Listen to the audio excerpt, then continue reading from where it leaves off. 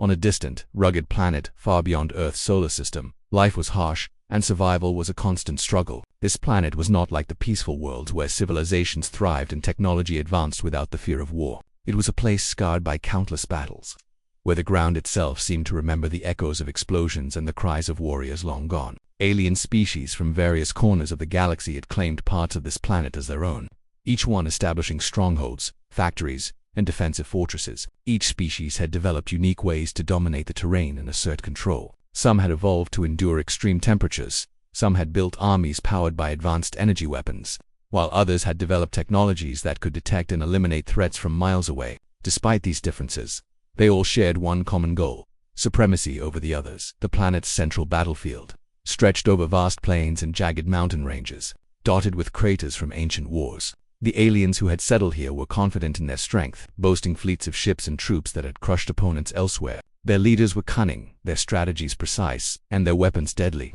Many of them had never faced a force like the one they were about to encounter. Rumors had circulated about humans, calling them the Death, a mysterious group originating from a small blue planet called Earth.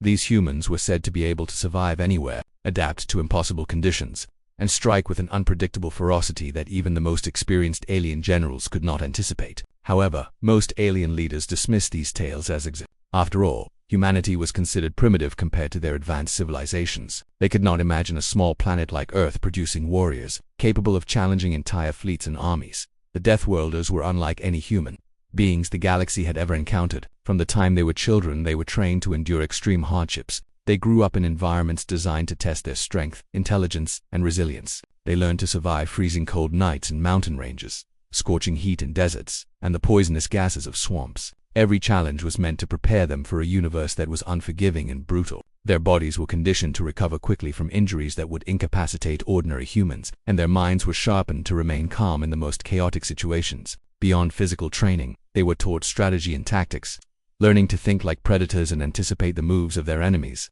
Their education combined survival skills, science, and combat techniques, making them not just warriors, but problem solvers, capable of adapting to any situation. When the Deathworlders first decided to enter the larger galactic conflicts, they did so not as conquerors but as survivalists and protectors of their own people. Their history on Earth had been a constant struggle against hostile environments, dangerous predators, and scarce resources. They had learned early that only the strongest, smartest, and most adaptable could survive. As they ventured beyond Earth, they brought this philosophy with them, earning a reputation as the ultimate Stories of their victories spread across star systems, and though many dismissed them as exaggerations, some aliens began to feel a growing unease. There were whispers in the corridors of alien command centers, reports of humans infiltrating enemy fortresses, surviving ambushes, and defeating overwhelming odds. These stories painted a picture of a people who could not be underestimated. The alien forces stationed on the battlefield were well aware of the chaos and bloodshed surrounding them. They had fought countless wars, and many considered themselves masters of battle. They had fleets filled with ships capable of obliterating cities, ground troops with advanced weaponry, and creatures engineered for war. Every general believed their tactics were foolproof and that no enemy could challenge their dominance. But as they prepared for what they thought would be another routine engagement, there was a subtle tension in the air. Some veterans recalled hearing strange stories about the humans, stories that were usually laughed off. Yet, deep down, a small part of them wondered, what if these humans were more than myths? The Deathworlders' entry into the galactic stage was not sudden or reckless. They had studied the alien civilizations for years, understanding their strengths, weaknesses, and habits. They had learned which species relied on brute force, which relied on cunning, and which relied on advanced technology. This knowledge became their secret weapon. Unlike many other species that depended on overwhelming numbers or powerful energy weapons, the Deathworlders relied on adaptability, unpredictability, and resilience. They knew that no matter how advanced an enemy was, there would always be a way to exploit their limitations. This mindset was ingrained in every Death, from the youngest trainee to the most experienced commander. On the day the battle was set to begin, the alien forces were fully prepared. Yet their confidence masked a critical flaw. They had never faced humans like the Deathworlders before. They saw numbers, weapons, and technology, but underestimated the strategic mind and physical endurance of these humans. From afar, the Deathworlders appeared as small, unassuming figures, almost insignificant compared to the massive alien forces. Yet, beneath their calm exterior was an extraordinary level of preparation. Every move they made, every formation they adopted, and every weapon they carried had been tested in conditions far harsher than any battlefield. They were not just fighting to win, they were fighting with the knowledge that survival itself was at stake. As the first Deathworlders stepped onto the battlefield, there was a sense of quiet determination among them. They did not shout or flaunt their presence. Instead, they moved with precision, scanning the terrain, analyzing enemy positions, and coordinating with their comrades in ways the aliens could not detect. Their armor, adapted for both protection and mobility, allowed them to traverse dangerous areas without slowing down. Their weapons were not just tools for combat, they were extensions of their training and ingenuity, designed to maximize efficiency and adaptability. Each human was a combination of skill, strategy, and sheer willpower, and together they formed a force that the alien armies could not easily comprehend. The background of the Deathworlders also played a crucial role in shaping their approach to battle. Unlike some alien species that relied on hierarchy and rigid command structures, humans valued flexibility and initiative. Each Deathworlder was trained to think independently, make quick decisions under pressure, and adapt to changing circumstances. This meant that even if the alien forces attempted to predict their moves, the humans could change tactics in real time, turning disadvantage into advantage. Their resilience was not just physical, it was mental. Years of survival against impossible odds had taught them that fear, hesitation, or overconfidence could be fatal. This mindset made them unpredictable and, in many ways, unstoppable.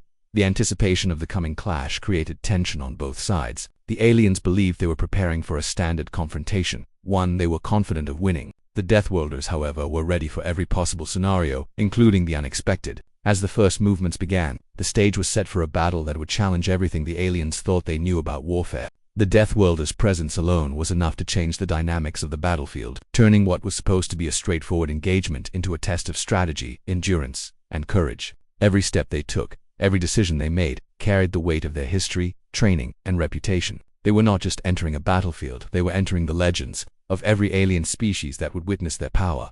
The importance of this moment went beyond the immediate conflict. The Deathworlders represented a new type of warrior in the galaxy, one forged by survival, intelligence, and adaptability. Their background, shaped by countless hardships on Earth and beyond, gave them an edge that no alien force had truly experienced before. The alien forces would soon realize that the battlefield was no longer just about weapons and numbers, it was about resilience, strategy, and the ability to endure and adapt in ways that were almost unimaginable. The story of the Deathworlders' entry into the battlefield would echo across planets and civilizations, marking the beginning of a conflict that would redefine the meaning of strength, courage, and survival in the galaxy. The battlefield was alive with the hum of alien technology and the distant roars of creatures bred for war. The alien forces had taken their positions with confidence, their advanced weapons charged and ready, their fleets hovering above, scanning the terrain for any sign of the Deathworlders. To the alien commanders, this was just another war they expected to win with ease. Their soldiers had been trained for centuries, their strategies honed over countless campaigns, and their weapons had proven lethal on many worlds. They expected the humans to arrive, be outnumbered, and be crushed. What they did not know was that the Deathworlders were unlike any opponent they had ever faced, and the true challenge was only just beginning.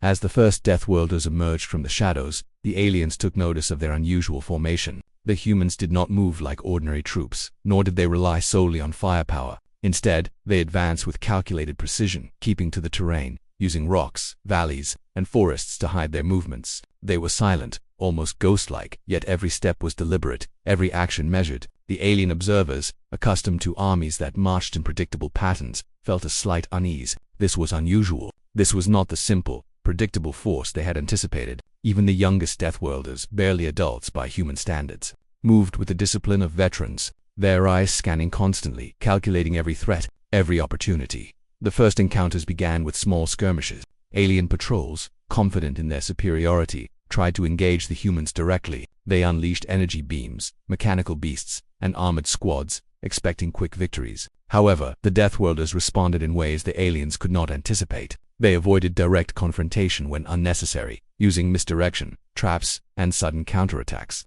A single squad could vanish from one location only to reappear behind enemy lines, disabling weapons, disrupting communications, and creating chaos in the alien ranks. The aliens' first surprise quickly turned into alarm. They had fought cunning species before, but humans were not just clever, they were unpredictable in ways that defied logic. As more skirmishes unfolded, the Deathworlders' abilities became increasingly evident. They moved through hazardous terrain that would have killed or immobilized other species. Swamps, jagged cliffs, and scorched plains were no obstacle. Humans climbed, crawled, and ran over landscapes that the alien armies had assumed were impassable. In one instance, a small Deathworlder team navigated a deep canyon under constant fire, using natural formations to shield themselves, and emerged behind a heavily fortified alien position. Within moments, they disabled the defensive systems, forcing the alien troops to retreat in disarray. Such acts, repeated across the battlefield, began to undermine alien morale. The legends about the Deathworlders were no longer rumors, they were becoming reality.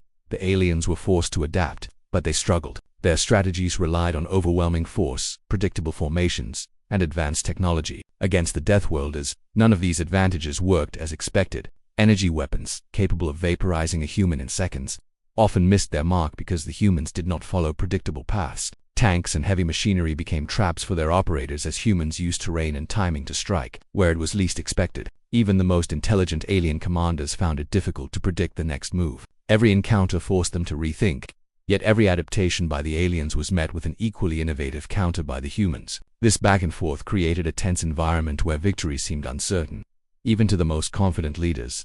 The psychological effect on the alien forces was profound. Soldiers who had been trained to fear nothing began to feel unease, then panic. Witnessing small groups of humans take down heavily armed squads, disappear, and then strike elsewhere caused confusion. Rumors began to spread among alien ranks, stories of humans who survived explosions, healed from injuries that should have been fatal, and moved within human speed. The Deathworlders' reputation for endurance and resilience was no longer just background legend. It was being proven in front of the aliens' eyes. Leaders tried to dismiss it as luck or coincidence, but the repeated successes of the humans could not be ignored. Fear, a rare sentiment among battle-hardened alien troops, started to take root. At the same time, the Deathworlders maintained a calm, disciplined approach. Their commanders communicated silently, using gestures and signals that were almost invisible to the aliens. Every squad understood their role and adapted to changing conditions without waiting for orders. This level of coordination, combined with their ability to operate independently, made them an exceptionally flexible force. Where alien forces relied on hierarchy and rigid command chains, humans thrived on initiative. Individual Deathworlders could make critical decisions in seconds,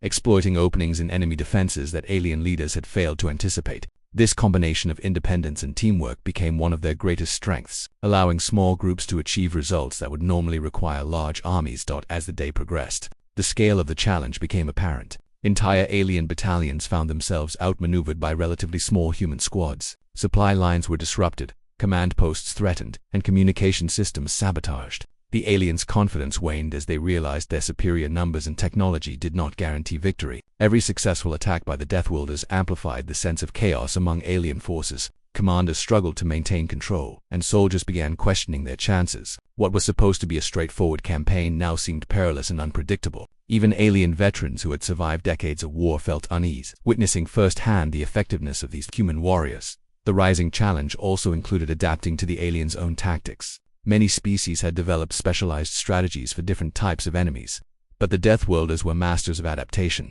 They quickly learned to counter alien techniques that relied on environmental manipulation, energy shields, or massive creatures designed for destruction. Every encounter taught the humans more about their enemies, and every lesson was applied immediately. They improved in real time, making them an evolving threat that grew stronger as the battle continued. The alien forces, despite their experience, that found themselves on the defensive more often than they had anticipated, trying to react to a force that did not behave like any they had faced before. Adding to the tension, the Deathworlders' endurance was extraordinary. While alien troops required rest, maintenance, and careful planning, the humans seemed almost tireless. They marched long distances, conducted repeated strikes, and survived conditions that would incapacitate most species. Their ability to maintain focus, stamina, and effectiveness over extended periods created an additional layer of difficulty for the aliens. Not only did the humans outthink and outmaneuver them, but they also outlasted them physically. This endurance gave the Deathworlders a continuous advantage, allowing them to pressure alien forces relentlessly without showing signs of fatigue. The psychological weight of facing an enemy that never seemed to tire added to the growing fear among alien ranks. The battlefield itself became a stage for human ingenuity. Using limited resources and improvising from the environment, the Deathworlders constructed traps, ambush points, and defensive positions that disrupted alien movements. They used natural features to their advantage, turning cliffs, rivers, and forests into tactical assets. Each action was precise and efficient, designed not just to inflict damage but to create confusion and force the aliens into mistakes. Alien commanders had not accounted for such intelligent use of terrain, and their conventional strategies often backfired. The more the humans demonstrated these skills, the more the aliens began to doubt their own plans, questioning whether their years of experience and technological superiority were sufficient to secure victory. By mid-battle, the rising challenge reached a tipping point. Alien forces were no longer confident in their dominance. Minor victories came at heavy costs, and the Deathworlders' persistent, Unpredictable actions created pockets of chaos across the battlefield. Even elite alien units, considered the most formidable, were being tested like never before. Each human engagement revealed weaknesses in alien tactics, highlighting flaws that had previously gone unnoticed. The battlefield had become a proving ground, showing that superior numbers and advanced weapons alone could not guarantee success. Adaptability, resilience, and courage had emerged as decisive factors, and the Deathworlders embodied all three qualities. As the day ended, the alien commanders realized that the true challenge of the battle was only beginning. They could no longer rely on past experience, conventional tactics, or sheer firepower. That humans had introduced an entirely new level of complexity and unpredictability into the conflict. The rising challenge was not just about surviving the battle. It was about facing an enemy that seemed capable of turning every expectation on its head. For the Deathworlders, this was exactly the type of environment in which they excelled. For the aliens, it was a humbling, terrifying revelation that survival, victory, and even the understanding of warfare itself was suddenly uncertain.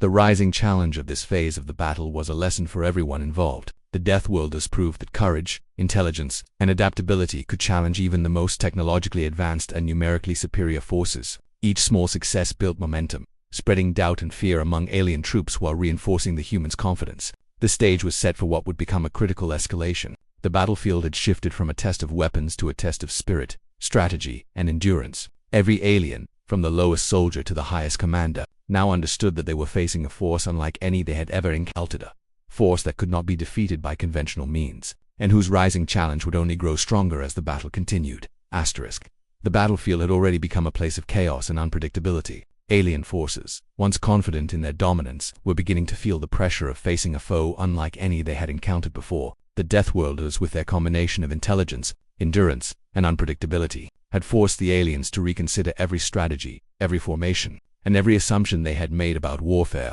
But the critical moment, the true escalation of the conflict, was only just beginning. The stage was set for a turning point, a clash that would test the limits of both humans and aliens in ways that no one could have anticipated. It began when the Death, small in number but precise in their execution, identified the heart of the alien operation. Command centers, weapon depots, and heavily guarded communication hubs became targets. Unlike the aliens, who relied on brute force and overwhelming numbers to control the battlefield, the humans focused on precision, strategy, and psychological impact. They knew that disrupting key positions would not only weaken the enemy physically, but would also shake their confidence and morale. The Deathworlders moved swiftly, exploiting the smallest gaps in alien defenses, turning natural terrain, abandoned structures, and even environmental hazards into advantages. Each move was calculated, each strike purposeful. The first major escalation occurred when a squad of Deathworlders targeted an alien stronghold that was considered impenetrable. The aliens had fortified it with energy shields, automated defenses, and genetically engineered guards designed to detect and destroy intruders. Most species would have deemed this target impossible, too risky to approach without overwhelming force. But the Deathworlders approached differently. They did not rush in. Instead, they studied the environment, observing enemy patrols, understanding the timing of defense mechanisms, and finding weak points invisible to conventional surveillance. When they finally struck, it was almost surgical. A few humans disabled key systems, created controlled diversions, and neutralized elite guards without triggering a full-scale alarm. What should have been a fortress fell to a handful of humans, leaving the aliens stunned. This operation alone shook the alien forces, but the escalation became even more dramatic when the Deathworlders engaged directly with alien warbeast creatures bred for combat, and capable of destroying entire units in minutes. In one intense confrontation, a small group of humans faced a creature larger than any vehicle. With armored scales and energy-emitting appendages, alien troops had assumed such a creature would instantly annihilate any human squad. But the Deathworlders used agility, speed, and clever tactics to outmaneuver it. They dodged attacks that could have crushed a machine, exploited blind spots in the creature's movements, and used the terrain to their advantage. In the end, the beast was subdued, not through sheer strength, but through cunning, teamwork, and unyielding courage. Watching this unfold, alien commanders realized they were not facing ordinary humans. They were facing beings who could defy what they thought possible. The escalation did not stop there. As humans penetrated deeper into alien positions, they began to coordinate multiple attacks simultaneously. Communication between squads was silent and invisible to alien detection systems. One group would draw attention with a small skirmish while another struck a critical target elsewhere. Supply lines were severed, reinforcements intercepted, and alien troops found themselves reacting to threats they could neither predict nor understand. The battlefield had transformed into a maze of confusion and tension. The aliens' superior technology, once their greatest advantage, became ineffective because they could not anticipate the humans' unconventional tactics. Every alien strike that was meant to secure control instead created openings for the Deathworlders to exploit. Psychologically, this escalation had a devastating impact. Alien soldiers, many of whom had fought countless wars and faced terrifying enemies before, began to feel fear and uncertainty. Their confidence was replaced with doubt. Stories of humans surviving impossible odds, outsmarting advanced defenses, and facing lethal threats without hesitation spread quickly among the ranks. The legends of the Deathworlders, once dismissed as exaggeration, now had tangible proof in front of them. Fear became a subtle but powerful weapon. As soldiers hesitated, questioned orders, and second-guessed their own abilities, leaders tried to maintain control. But the unexpected effectiveness of human tactics caused fractures in command and coordination. The escalation was not just physical, it was mental, striking at the very core of alien confidence and strategy. Meanwhile, the Deathworlders' adaptability continued to define the escalation. Unlike alien forces that relied on pre-planned maneuvers and rigid hierarchies, the humans responded to changing conditions with remarkable flexibility. If a trap failed, they adjusted instantly. If reinforcements arrived unexpectedly, they created diversions and exploited weaknesses elsewhere. Their ability to improvise, combined with their understanding of alien psychology, allowed them to turn each encounter into an opportunity. Even alien units designed specifically to counter human tactics were often outmatched because the humans constantly evolved, learning from every encounter and applying those lessons immediately. Each human action became a demonstration of their ingenuity, endurance, and relentless determination. One of the most critical aspects of this escalation was the sheer speed at which the Deathworlders operated. While alien forces relied on methodical planning, humans executed rapid strikes that left little time for countermeasures. Entire units could vanish and reappear in unexpected locations, dismantling supply chains, disabling weapons, and creating chaos among troops who thought they had already secured the battlefield. This speed, combined with their resilience, made the humans almost untouchable. Even when injured or facing overwhelming odds, they pressed forward, refusing to yield. The alien forces were forced into constant defensive maneuvers, exhausting their energy, patience, and resources. The Deathworlders' momentum became a defining factor in the battle, creating a sense of inevitability that unnerved their enemies. As the escalation intensified, the aliens began to realize that conventional warfare alone would not suffice. Their weapons, no matter how advanced, could not easily predict or stop human strategies. Their best-trained soldiers could be outmaneuvered by small squads of humans who understood terrain, timing, and psychology better than any alien force. Even the alien command structures, which had functioned flawlessly in previous campaigns, struggled to adapt to the unpredictable nature of the humans. Every successful strike by the Deathworlders not only inflicted physical damage but also eroded confidence, creating a compounding effect that made the aliens increasingly vulnerable. The escalation was no longer just about winning or losing individual skirmishes, it was about survival, perception, and control. The turning point of the critical moment came when humans executed a coordinated assault on the alien command center. This was the heart of the alien operation, where leaders directed troops, monitored resources, and coordinated strategies across the battlefield. Alien forces assumed it was nearly impossible for such a heavily guarded center to be breached. Yet, the Deathworlders had meticulously studied the environment, observing patrol patterns, energy shield cycles, and security protocols. The assault was executed with precision. Diversions drew attention, small squads disabled defenses, and elite humans infiltrated the command center. In mere hours, they had neutralized key leaders, disrupted communication, and gained control of vital systems. The aliens' morale shattered at the sight of their supposedly invincible command center overtaken by humans. This moment marked the peak of escalation. The battlefield was no longer merely contested, it was transformed. Alien forces were in disarray, struggling to regroup and respond to an enemy that seemed to anticipate their every move. Chaos replaced order, hesitation replaced confidence, and doubt replaced certainty. The Deathworlders had proven that even the strongest fortifications, the most advanced technologies, and the most fearsome creatures could be countered with intelligence, flexibility, and courage. The critical moment revealed the full extent of human capabilities, demonstrating that the combination of strategy, endurance, and unpredictability could overcome what was once considered unbeatable. Despite the intensity of the conflict, the Deathworlders maintained discipline. Every maneuver, strike, and decision was purposeful, avoiding unnecessary risk while maximizing impact. Unlike their enemies, who were increasingly reactive, the humans controlled the pace of the battle, dictating where, when, and how engagements occurred. This control allowed them to escalate the conflict on their terms, turning moments of tension into decisive victories. The alien forces, overwhelmed by both the physical and psychological pressure, were forced to retreat, regroup, and reconsider their approach. The critical moment had not only tested the limits of human ingenuity, but it also exposed the vulnerabilities of alien arrogance and overconfidence. As the dust settled on the peak of escalation, It was clear that the battle had entered a new phase. The Deathworlders had demonstrated that even the most prepared and technologically advanced forces could be outmatched by resilience, intelligence, and adaptability. The aliens had learned a harsh lesson. Victory was not guaranteed by numbers or technology alone. The critical moment had shifted the balance of power, setting the stage for the resolution that would follow. The humans' relentless courage, clever tactics, and unyielding determination had ensured that the battlefield would never be the same again. Their presence had escalated the conflict to heights that challenged the very foundation of alien warfare, leaving all who witnessed it in awe and fear.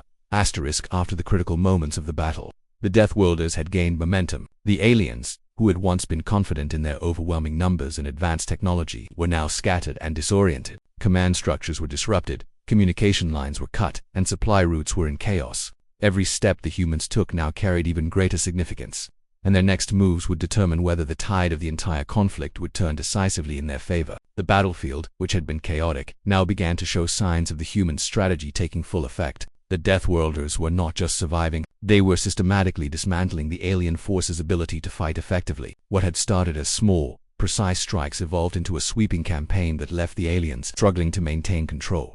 The first part of the resolution was the consolidation of territory. The humans moved through contested zones, securing key locations and fortifying positions they had captured during earlier skirmishes. They used natural terrain and environmental features to strengthen their hold, turning valleys, ridges, and craters into defensive strongpoints. Alien forces attempting to reclaim these areas were met with coordinated resistance. The Deathworlders were no longer reacting, they were dictating the pace and direction of the conflict. Every captured position was carefully integrated into their larger strategy, creating a network of controlled areas that allowed them to move quickly and strike unpredictably at the remaining alien positions. This consolidation gave the humans both physical and psychological advantage, as it became clear to all observers that they were not just a temporary threat. They were here to dominate the battlefield at the same time. The Deathworlders focused on neutralizing alien command capabilities. They had already disrupted communications and key leaders in the previous escalation, but now they expanded their reach. Skilled human squads targeted alien war councils, intercepting messages,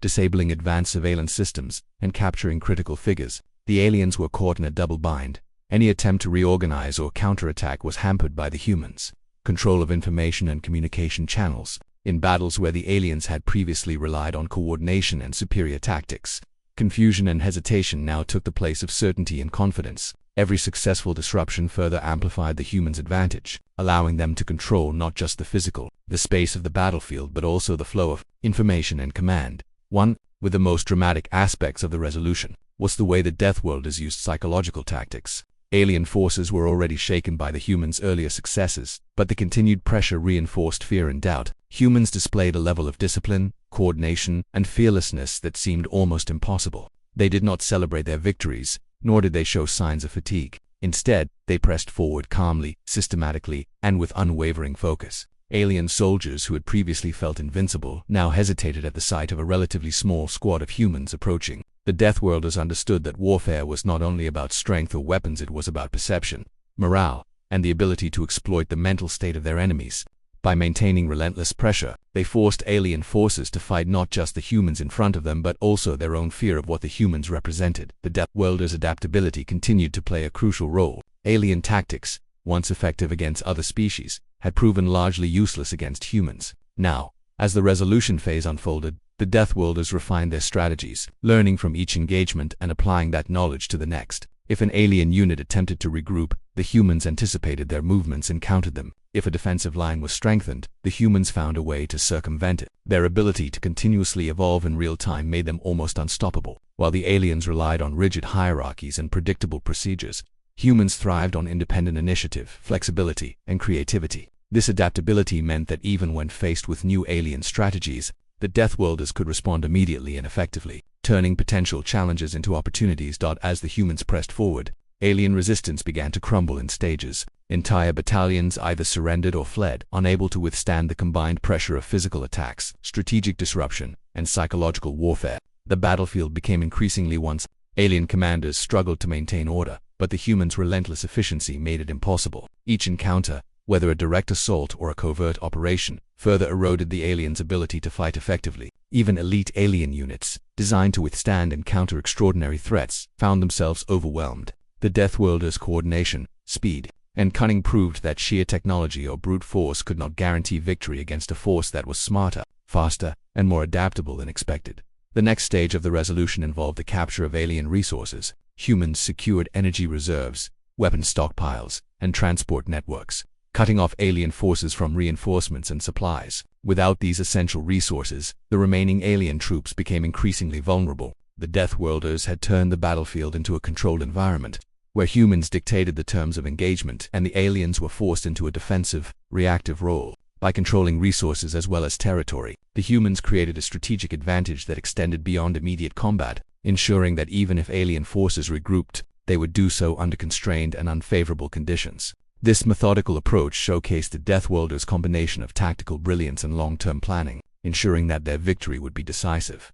Another remarkable aspect of the resolution was the way the Deathworlders maintained momentum without overextending themselves. Even in the heat of battle, they avoided unnecessary risks. Every strike was purposeful, and every maneuver considered in the context of the larger campaign. This disciplined approach prevented fatigue, minimized casualties, and maximized impact. While alien forces often relied on overwhelming numbers and repeated brute force, the humans achieved more with fewer resources through efficiency, strategy, and intelligent risk management. Their ability to sustain pressure while conserving strength made them not only effective but almost unstoppable. Each victory reinforced their dominance, and each step forward was a testament to their training, resilience, and unyielding determination. The psychological impact on alien forces continued to grow. Witnessing their command centers taken, supply lines cut, and elite units defeated by relatively small squads of humans created a pervasive sense of defeatism. Alien soldiers who had fought bravely for years began to question whether victory was possible at all. Even those who remained committed to fighting faced internal conflict, their confidence shaken, their trust in leadership eroded, and their fear amplified. By the time the Deathworlders reached the final stages of the battlefield, the aliens' mental state had become as much a casualty of the conflict as their physical forces. The humans' strategic and psychological mastery ensured that their dominance was complete, leaving alien forces demoralized and unable to resist effectively. Finally, the humans completed their systematic domination of the battlefield. Key positions were secured, alien forces were neutralized or captured, and the remaining enemy units were scattered and disorganized. The Deathworlders did not revel in destruction. They've maintained discipline, focusing on consolidating gains and preparing for any potential counterattacks. By the end of this phase, it was clear that the humans had achieved complete control. They had not only defeated their enemies in combat but had also shattered the aliens' ability to fight cohesively. The resolution of the battle was decisive, demonstrating the humans' mastery of strategy, adaptability, endurance, and psychological warfare. They had turned a chaotic battlefield into a controlled, organized campaign of dominance, leaving no doubt about their capabilities and ensuring that the aliens would remember this conflict for generations.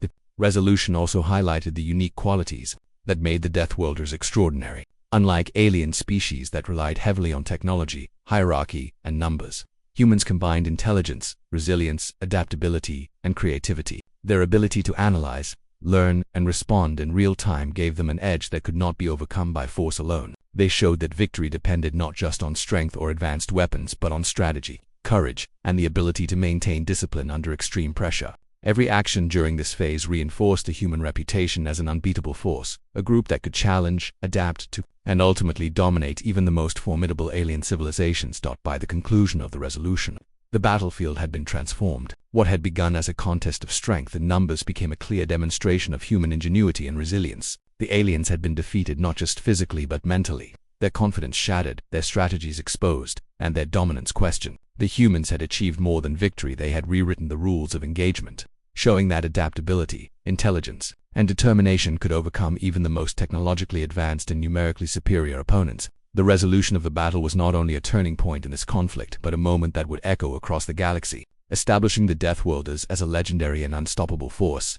The battle had ended, but its echoes continued to ripple across the planet and beyond. The alien forces, once proud and confident, were now scattered, demoralized, and defeated. They had witnessed something extraordinary, something that defied their understanding of strength and warfare. The Deathworlders had not only won the battle but had done so in a way that left a lasting impression on every creature that had been present. This was the aftermath, a time for reflection, understanding, and recognition of what had truly occurred. It was a period when both sides realized the significance of the conflict, not just in terms of territory or immediate victory, but in the lessons it had taught about resilience, courage, and strategy. For the Deathworlders, the aftermath was not a time for celebration or boasting. These humans had a unique approach to victory. They understood that survival and preparation were ongoing responsibilities, not achievements to be flaunted. After the battle, they focused on regrouping, securing captured territory, and caring for their injured. Every human warrior, whether seasoned or young, took time to assess what had occurred, what had been learned, and what could be improved. They treated the battlefield as a teacher,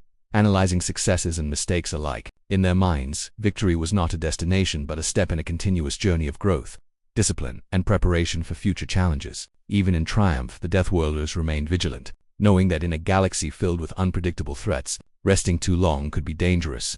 One of the most significant aspects of the aftermath was the effect on the alien forces. Those who survived the battle were left to deal with the humiliation and fear that came from facing humans in combat. For many alien species, the idea that a small, seemingly ordinary species could defeat technologically superior forces was incomprehensible. Rumors that had once portrayed the Deathworlders as myths were now validated by experience.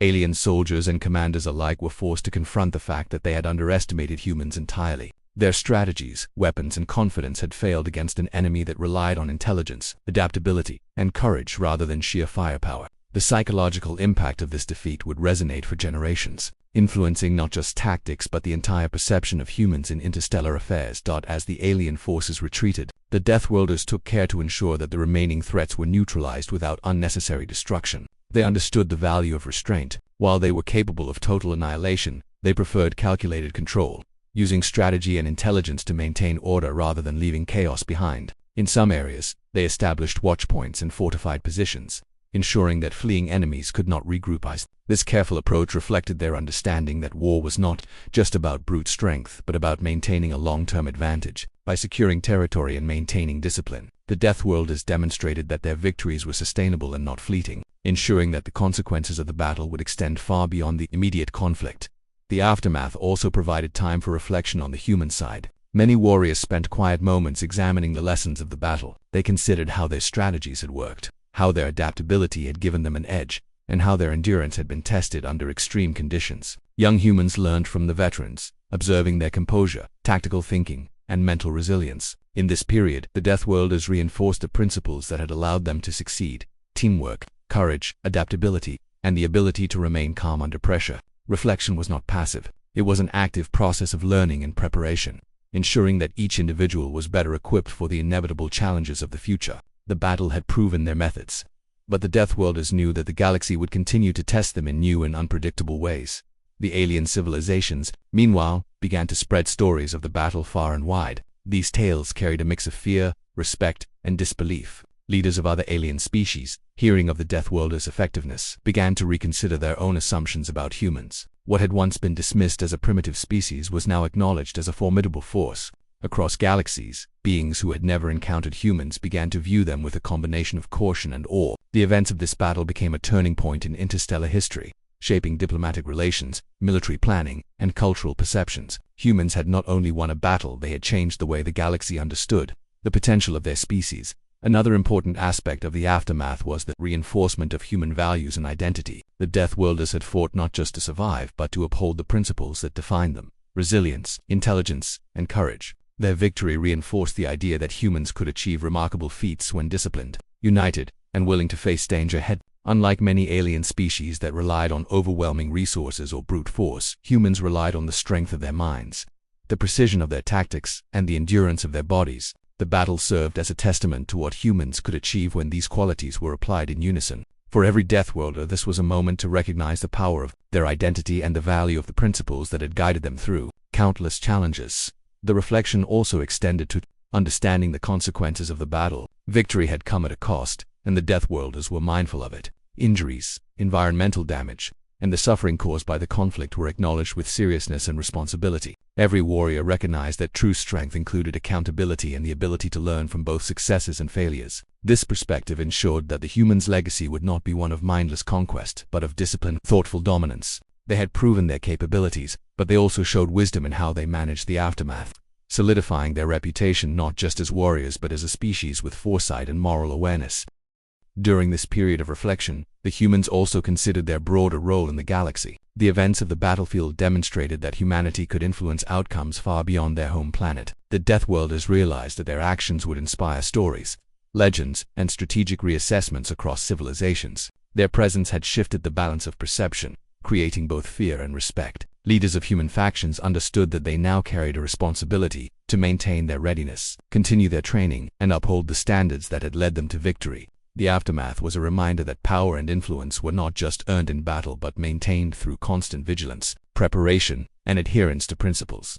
The psychological impact on the surviving Deathworlders was equally significant. They had faced overwhelming odds, confronted terrifying enemies, and emerged victorious. This experience reinforced confidence, discipline, and unity. Young warriors who had witnessed the battle firsthand gained invaluable lessons about courage, strategy, and adaptability. Veterans, in turn, reflected on how their skills and decision-making had influenced the course of events. The shared experience of triumph, combined with the acknowledgement of the risks and challenges faced, strengthened bonds among the Deathworlders. They emerged not only as skilled fighters but as a tightly knit, resilient community prepared for future challenges, having proven that their unique training and approach could withstand the most extreme situations. The aftermath also offered opportunities for strategic reassessment. The Deathworlders analyzed the aliens' tactics, studying weaknesses, strengths, and patterns that could inform future engagements. This period of reflection was critical for improving efficiency, refining strategies, and preparing for conflicts that might be even more complex and dangerous. Every encounter on the battlefield was treated as a lesson, and the humans used this knowledge to ensure that they would remain a step ahead in future conflicts. The victory had provided proof of their abilities, but the reflection ensured that those abilities would be continually honed and reinforced, creating a cycle of learning and improvement that strengthened the species as a whole. Finally, the aftermath emphasized the enduring legend of the Deathworlders. Stories of their actions spread quickly, inspiring fear, admiration, and awe across alien civilizations. These stories would shape interactions for generations, affecting diplomacy, military planning, and interstellar relations. The humans' legacy was not just the territory they controlled or the enemies they defeated. It was the idea that a determined, intelligent, and resilient species could challenge the expectations of the galaxy. Their victory and the subsequent reflection demonstrated that strength was not measured only in numbers or technology, but in courage, strategy, and the ability to endure and adapt. The Deathworlders had not only survived, they had defined what it meant to be unstoppable. In conclusion, the aftermath and reflection after the battle were as critical as the battle itself. For the Deathworlders, it was a period of learning, consolidation, and preparation. For the alien forces, it was a time of fear, awe, and reconsideration of everything they thought they knew about humans. The battlefield had taught lessons about resilience, adaptability, strategy, and psychological warfare. The Deathworlders had proven their dominance not only through force but through intelligence, discipline, and moral awareness. The reflection solidified their legacy, ensuring that their actions would be remembered as a turning point in galactic history. The story of this battle would echo for generations, highlighting the remarkable qualities of the humans who had faced impossible odds and emerged victorious, forever changing the way the galaxy viewed them.